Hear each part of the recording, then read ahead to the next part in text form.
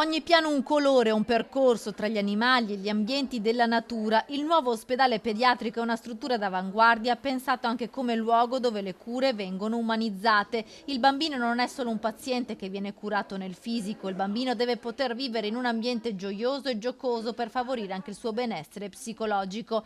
La pediatra Liviana D'Adalt, per anni direttrice del reparto di pediatria, ha curato con la Fondazione Salus Pueri la scelta dei dettagli e degli arredi del nuovo ospedale pediatrico. Questo è l'esempio di un dettaglio. I dettagli cosa sono? Sono arricchire le pareti, gli spazi interni di questo edificio con elementi che siano per il bambino occasione di distrazione, occasione di curiosità, stimolo anche per imparare. Lo vediamo per esempio da questa parete interattiva dove è illustrato tutto il percorso che si farà all'interno di questo ospedale, in cui ogni reparto sarà ispirato a un habitat terrestre.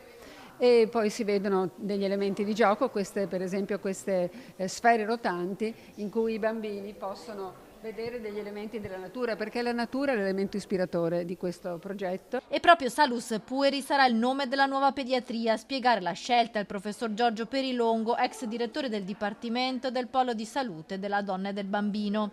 Il nome Salus Pueri perché ha 4 connotati. Uno, perché sembra essere è un inno alla salute. 2, traduce quella che è la missione dell'ospedale, la salute dei bambini.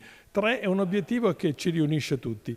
4, dal sapore un po' aristocratico Salus Pueri, è perché vogliamo far cogliere quella che è la radice culturale valoriale che deriva da noi dall'essere anche parte dell'università e dai suoi 800 e più anni di storia. La nuova pediatria è pronta dunque ad accogliere i suoi piccoli pazienti, ma l'opera guarda ancora al futuro con un master plan già definito. Il progetto già pronto dell'area sud infatti prevede anche la realizzazione di 2 bussole di accesso all'ingresso principale al pronto soccorso e la costruzione di un portico pedonale vetrato con vicino i percorsi pedonali e le fasce alberate.